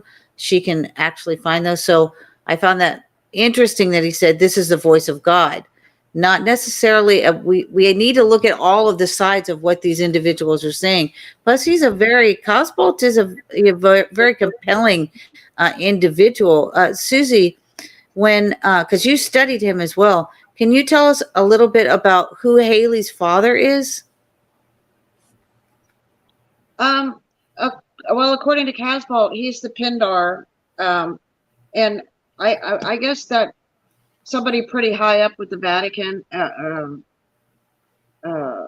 he's a billionaire. He's a billionaire. On top of that, he owns the Myers grocery stores, right? It's Haley Myers, right? Yeah. Haley Myers, yes, that's her name. So he had a child with her, and that's a whole nother story. That whole situation. The other thing I wanted to respond to was Michael Aquino's death. I believe it was in October of 2019. He was in Australia at his other temple of Set. He ran into another satanically abused program individual with a guy named Mitch, and they found him, and they stabbed him to death. He was stabbed to death in Australia in 2019 by somebody who had been programmed by him. So, of course, it didn't. When I reported this to the Super Soldier, group and stuff, and I talked with what's his name, Dietrich, who worked for Michael Aquino at Presidio. Dietrich kept the records and stuff like that. Nobody knew about Michael Aquino's death. I was like the first one to tell everybody. And you actually knew because you told Chet, because Chet's mission, Chet was, for people who don't know, his name is Chet Swift. He was U.S. Air Force, I believe. He did 8 tours in Southeast Asia. He was military security forces for Bush, for Princess Margaret, for Chancellor Kohl of Germany, for Queen Elizabeth, for Nixon. In front, we have a picture of him in front of the plane. And at one point, he was told by the generals to assassinate Michael Aquino because he'd been rogue in Southeast Asia. Apparently, he was running his own ops and killing people and eating them, and just like in Apocalypse Now. And he went back to Fort Bragg and tried to figure out why they wanted him dead, because he didn't think there was anything wrong with him. And so he went to go do his mission, but did he get stabbed, Susie? They stabbed. Yes, they stabbed him to death. And No, I mean, did Chet get stabbed Michael on his Aquino. mission? Did Chet get stabbed? Yes, Chet was stabbed in the back. He got gangrene and he had to be rescued in Cambodia, and he was not able to fulfill his mission. Now, Chet had 132 confirmed kills. He was used in the Air Force to go take out high terrorist targets. So he worked in one organization also as an assassin, but he was, military, United States military, not working under Aquino. So Aquino had gone rogue in Vietnam, and then that's why they couldn't control him. So they were going to have him assassinated, but Aquino got away. And then I asked Chet why did the military not pursue killing Aquino, and he said because Aquino was forgiven, and then he was used in other areas, and then that's when and then Aquino went on to Presidio, and then he also went and worked in the Stargate, Cheyenne Mountain of the Stargate program. He worked in the Montauk. He worked over the Montauk program, and Stuart Swerdlow was sent back in time to kill Jesus under Michael Aquino. Michael Aquino was very involved in the time travel project because he was trying to manipulate timelines. I believe a lot of the timelines that were manipulated by Michael Aquino because he was a very powerful individual. I met Michael Aquino in the astral plane, him and his wife Lilith Sinclair. I met them, and I battled them, and and I told him, "Don't you ever mess with me again." And so Michael Aquino was there are incubus succubuses in the astral plane. They will that's their mission, was to come and take eggs from females and sperm and things like that. They were this goes way deeper than just on the physical plane. And like you will hear many individuals, many testimonies about him in the astral plane. Max Spears said that he was battling Michael Aquino before he died, and Michael Aquino was a scorpion and stung him, and that's why he got high fever and died, because what happened to him in the astral plane with Michael Aquino. He knew that there was going to be a showdown between him and Aquino. He said he was going to come out and speak about him just prior to his death in 2016 in Poland. So we're talking about very high level military people, as well as high level in the astral plane, in the spiritual realm. And then Michael Aquino was known in Vietnam for summoning demons, and this is why the military forgave him, because they would use these demons in Vietnam and stuff to scream in the jungles, and they would literally scare the Viet Cong and them, and they would hear these demons screaming. So Michael Aquino had apparently full access to all demons. They would all obey Aquino. This is why he was so powerful. Yeah, Chet told me about some of his intercessions when he was getting, his duty orders from Aquino. And so the night before he died, he had gone into town. You want to tell them what happened, Susie? Well, okay, so I had asked Chet, it was Father's Day, and I asked Chet before he was murdered. I said, where were you? And he said, well, I met another sergeant major who hated Aquino as much as I did and wanted me to succeed in my mission. And so, he was always, Chet, died that night protecting me and my son. And it's all connected to everything. I mean, that's one thing that Jesus said to me one time. He said, everything is connected. There are no loose ends. So everybody's connected to everybody, to everything. And there is no loose ends on anything. It's just a matter of piecing everything together. But yes, Chet, and I said, don't worry, Chet. I said, Michael Aquino, he died, and of that.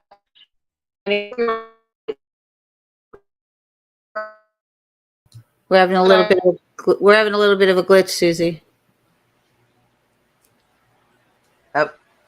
Maybe she froze up. So basically, go ahead. We can hear you now. Go ahead. Was dead. Uh-oh.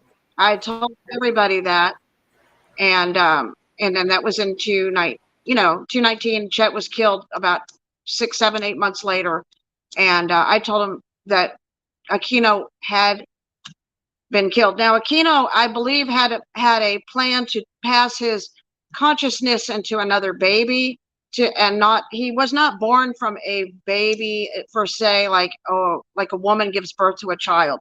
He said he was a walk-in. So he walked into a baby, and so by being murdered, he was not able. Didn't he What? die? Didn't he die? He was stillborn and they revived him.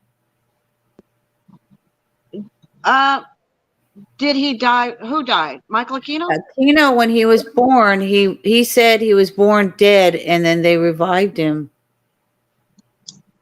Well, I don't remember the exact part of that story, Penny, but he mentioned that they had a baby that was Scottish origin, because he was of the clan of Campbells, which married into the King Jameses, and I'm all that bloodline, understand Sinclair, all that.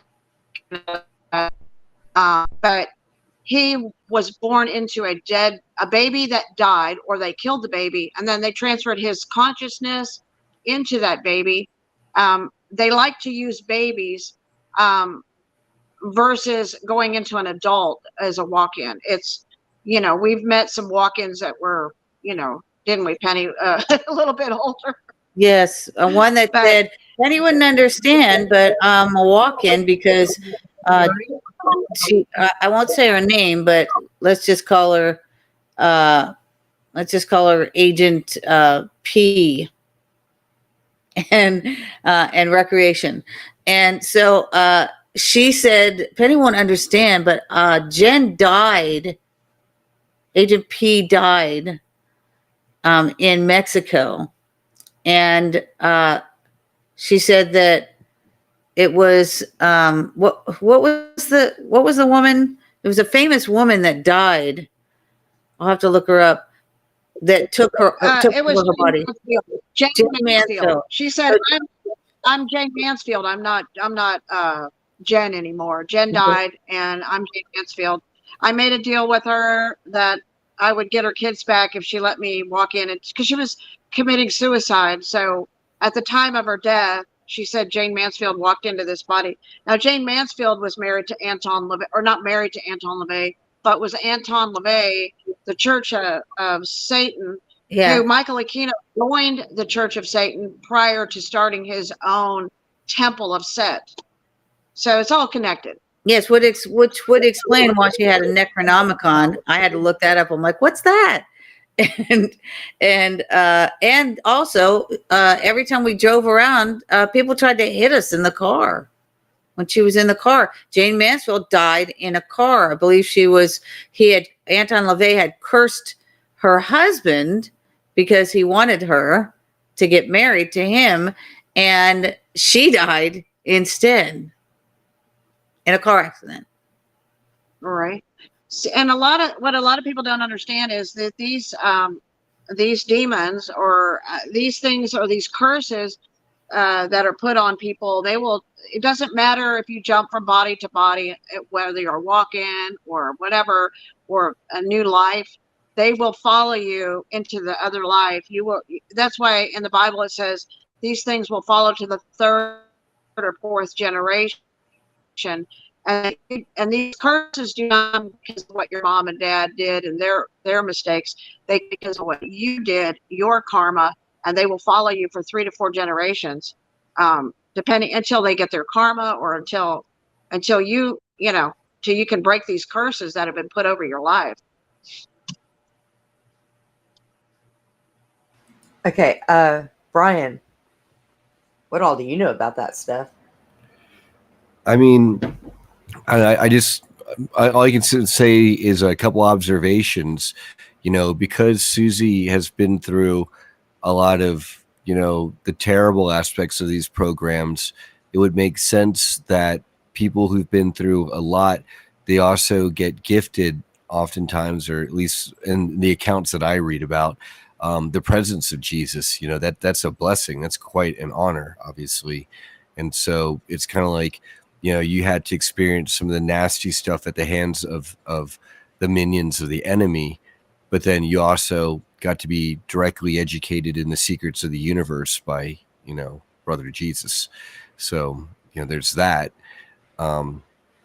In terms of, I did not know that was how Michael Aquino died. They certainly are not putting that out in the popular media. No, That what the popular media, because I had an intercession with John B. Alexander, and he said, well, he died of cancer.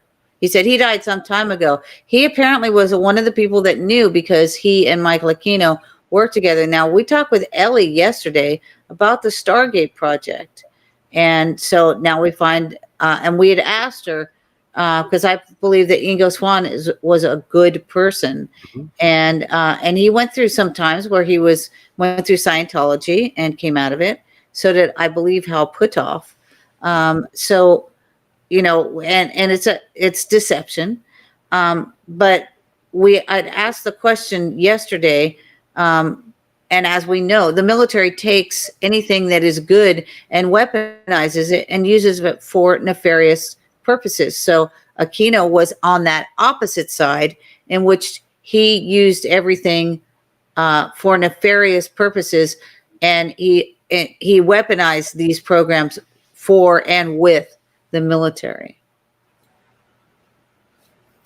Yeah, I mean, absolutely. And you know, some of these programs included Project Phoenix and Project Ibis, and this might have been at the Montauk base, where they were having kids use the Montauk trip chair to open up portals back in time, right? To go to Renaissance Italy is the one mission that now I've heard a couple of them testify on, where they basically had to ruin the life of an inventor who would have gifted us with like either anti-gravity or endless energy. It was one or the other.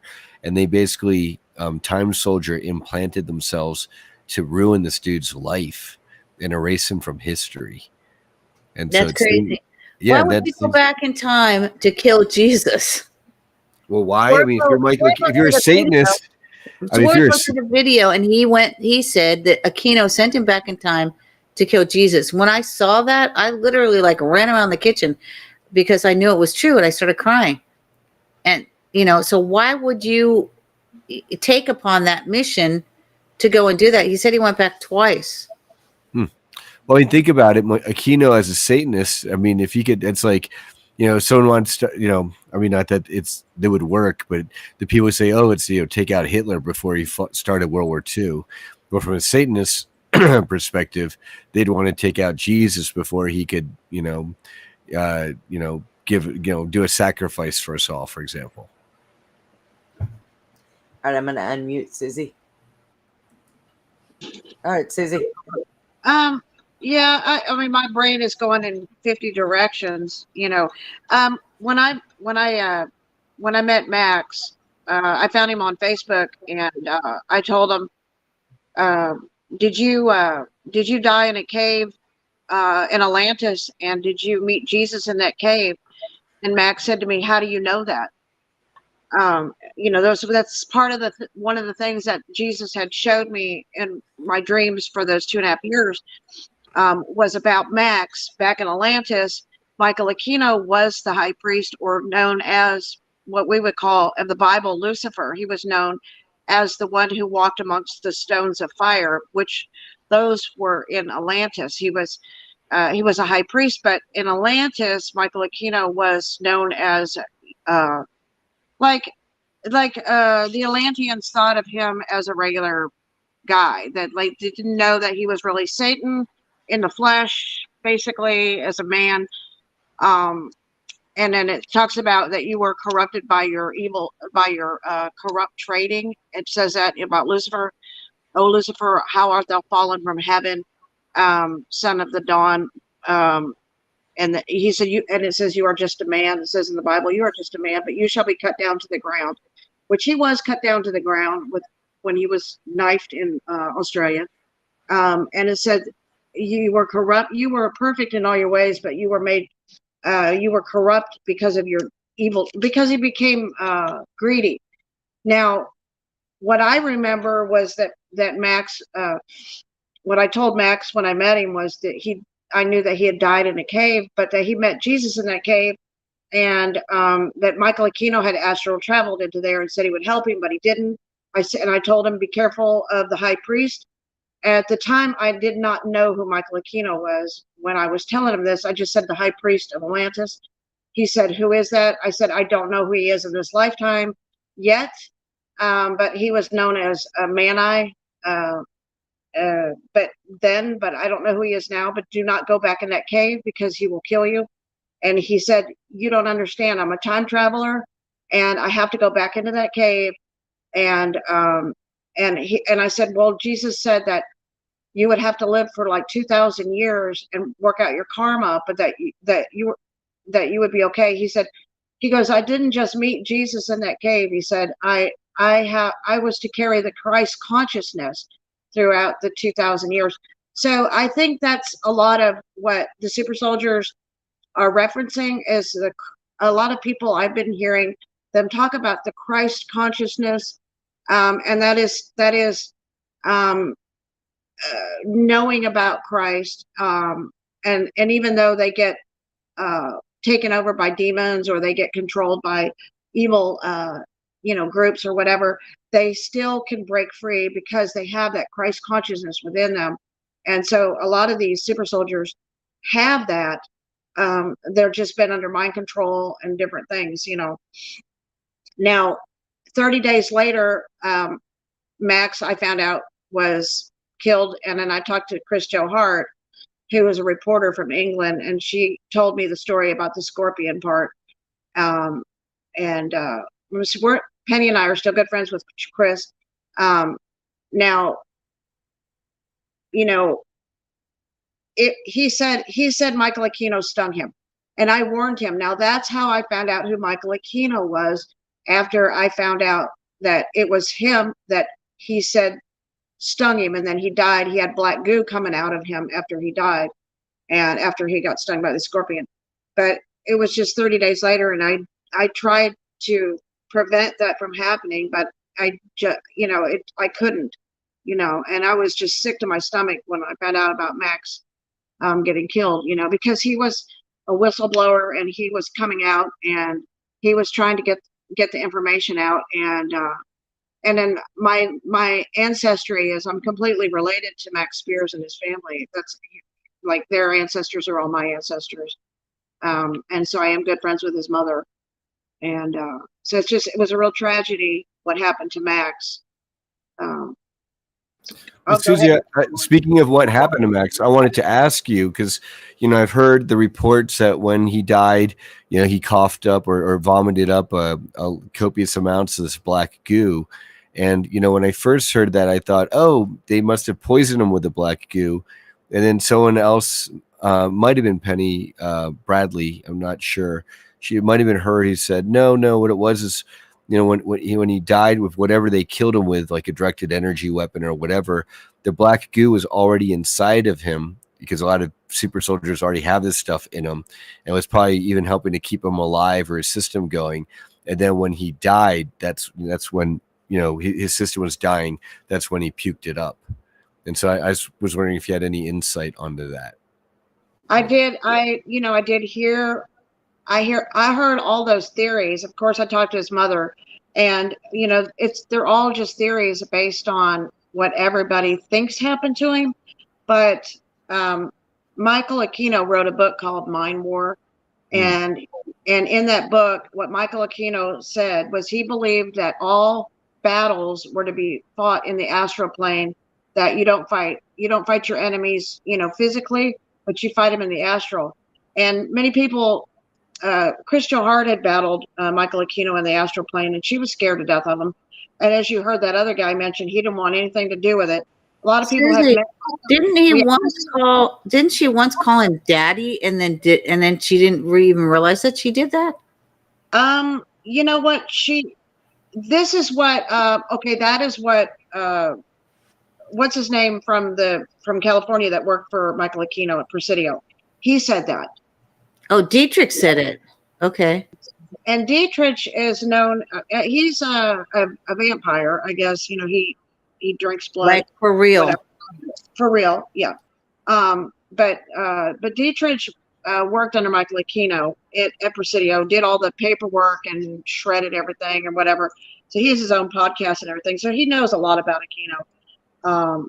But you know, Christian Hart and Dietrich, I don't think. Well, they're it's a love-hate relationship. Sometimes they like each other, sometimes they don't. You know, it's kind of like in that super soldier program. You find out sometimes they're enemies and then they're not. You know, and then they're enemies and then they're not. You know, it's kind of like it is what it is, right? Susan, can you speak to what is it like to like if Michael is trying to attack you in the astral realm? How does one battle him? You know, defend oneself, much less defeat him effectively. Well, in my situation, in my situation where I met them in the astral plane, I was sleeping in my bed.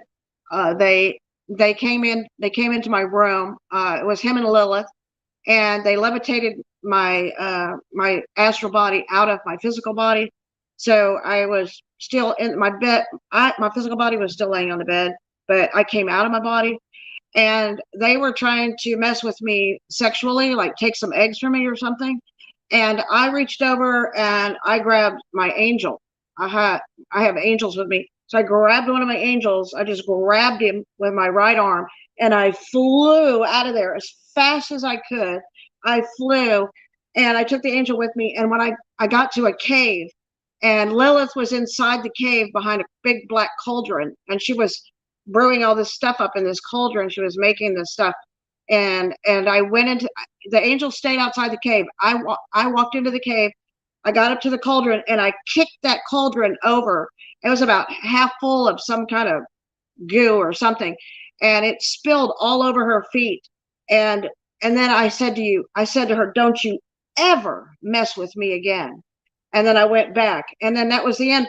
Now I did have a lot of you know, high witch type people sending me demons, and they would like come in through my window and when I would sleep, and they would try to touch me, but they would get electrocuted and when they tried to touch me. So like one night, I mean literally some demon tried to come in and touch me, and it got electrocuted, and I mean it jolted me awake.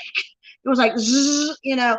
And the next day, this person said to me, "God bless you, Joan of Arc." You know, like, okay, we're not going to mess with you. You know, so I would just say that the key is that you put your faith in a good God, and you pray, and you ask for good angels to protect you. You ask for good ancestors to look out for you in the astral. You know, and it's going to take a collective army of good family, good angels, a good God on our side. And it's a spiritual battle against the evil and the demons, because as many demons are there. If there's a third that fell, there's a lot more that's good. So we just have to like call on the good and Michael Aquino knew that. He knew that it was a spiritual battle. He knew that, you know, you fight things in the astral plane, but, you know, and so basically it does break down to that. You know, everything, it happens in the physical, it happens in the spiritual, but we need help. We can't do this alone. You know, we need help. Okay. That's right. We get our spiritual authority from above, and it sounds like you had a covering of protection. You know, so any demons coming after you to get electrocuted, you know, and that means you're walking in the light, because if you're not walking in the light, then you lose your hedge of protection, and then they're not getting zapped when they're coming after you. So that's a great sign. We are going to start be running out of time here. So yes, Andy, I got it. Thank you. Eddie's a timekeeper now. Yeah, he's a timekeeper. It's an Andy in training. Right. We need to send you like a big egg timer or a big clock or something. Right. So let's go ahead and Brian, will you tell everybody where they can find you and all that stuff? Yeah, I'd love to. Let me share my screen again, and everyone can find me on Facebook. Please don't stalk me, obviously. And the way you do that is if you Is that can. your Facebook? I think I'm going to make a Facebook just like that, Brian. Please don't. My name is Penny Ellie Shepherd, and my Facebook is Please Don't Stalk Me. That's right. You put it there right under your intro. Please don't stalk me and no dick pics. There you go. And so this is me in the Willy Wonka hat. Try to send me a message first if you can. Let me know you saw me on here or where you saw me. And and if there's a way that you'd like to get involved with the Full Disclosure Now movement, that would be great. Maybe you're a writer, you're a web designer, you're an eccentric millionaire with lots of money, and you want to donate Bitcoin, whatever it is. Awesome. Brian, I tried this the other day at the bank. I went in and told them that I identify as a millionaire and I wanted to draw my money out, and they made me leave. Probably. Yes. Get out. Yes. And then they shut down because they're going bankrupt themselves anyway. So it's okay. True. So there's this platform. I'm now a regular every other Friday guest on Awake Nation with Penny and David in the mornings. And I'm now a regular guest here on Beyond the Box. And then I also share a YouTube channel, a Disclosure Now, with Arkeem Ra, where we get to have our own platform to reveal a lot of this stuff. And then the conference, really, fulldisclosuremovement.org. Come to this conference. It's going to be amazing. And I thank you guys for the time tonight. And I learned, just like last night with Ellie, being Ingo Swan's niece, learned a lot. Yeah, you should have her on your tour. Oh, yeah. Yeah. Well, it's hard because we've got the main stage times are all booked up. And then now we're on the secondary stage, and we're going to have like workshops and secondary speakers, which is great for like more conferences. So. Oh yeah, this is only our first one, and it's nice. The secondary stage gives the newer people, young and old, a time to kind of dip their toes in the water and get their chops, if you will, without having to be in front of 380 people at once. That's going to be the main stage. And Penny, of course, you can tell them anyways, even though they already know where they can find you. Well, they can find me on the Awake Nation. We are on Rumble, the David Zublik channel. We are on X. We're on Wimkin. We're on our own website, which is theawakenation.com. And we also have a show called The Dark Outpost. We started out as The Dark Outpost, but we matriculated to the Awake Nation. We're Monday through Friday from 8 a.m. to 11 a.m. Central, and that's 9 a.m. to 12 noon Eastern. And I have to say it that way because I've booked people and they're like, I thought you were a nighttime show. Really? Because it says, oh, okay, it said a.m., but, I book a lot of different people we talk about things from, I guess the easiest way to say it is we talk about open borders in the United States to UFOs. So we talk about all kinds of illegal aliens. Some are hitchhikers from other galaxies. Okay. You're well-rounded on the aliens. Very well-rounded. And we have people that talk about anything that the mainstream media is perpetrating. We try to diffuse that, and our motto is basically the truth with a shot of espresso. And we supply the whistleblowers and the researchers. So we ask you to discern from the information that we're going to give you.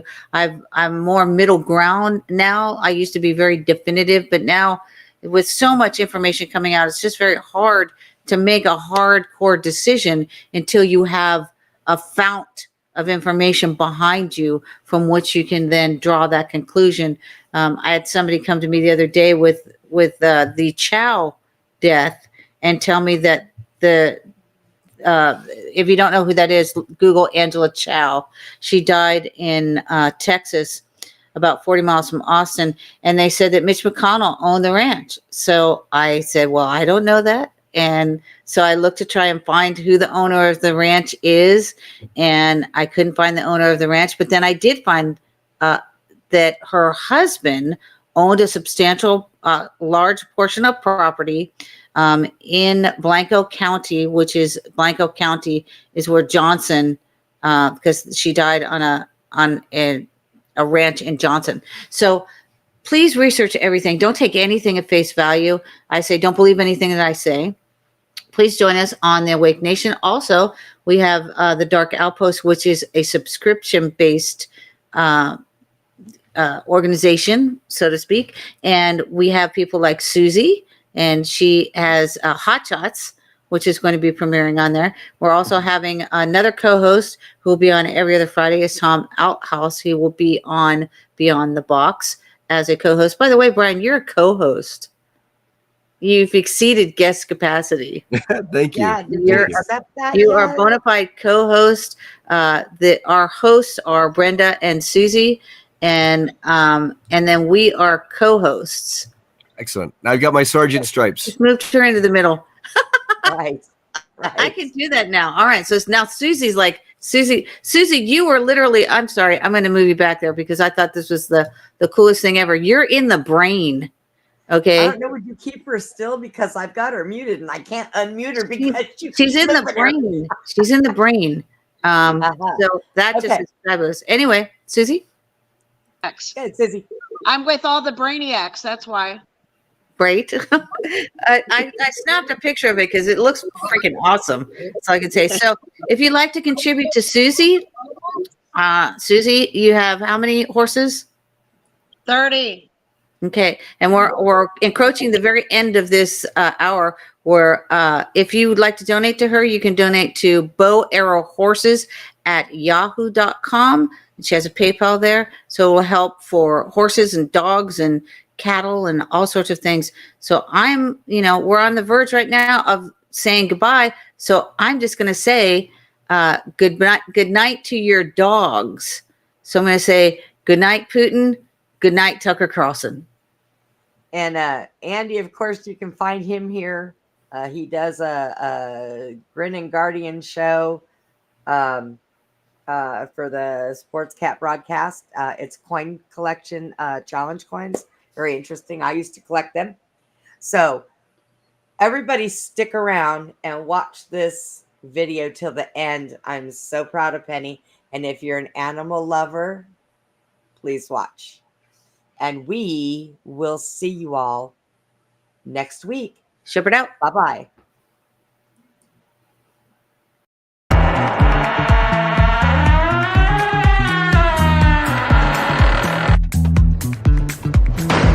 Goodbye for now from Beyond the Box. Inside, outside, upside, downside, beyond the box.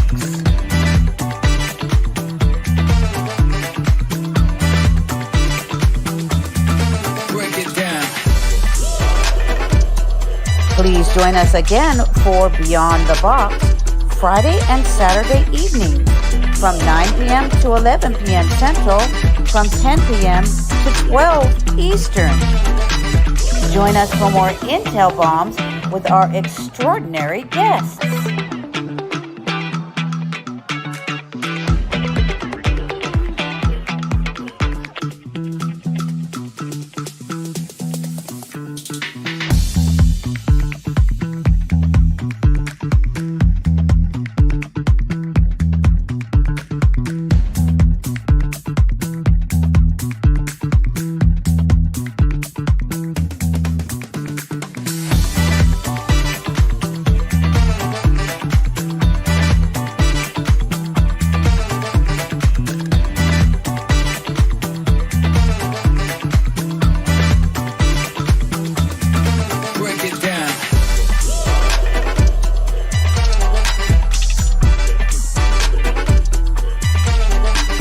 Inside, outside, upside, downside, beyond the box.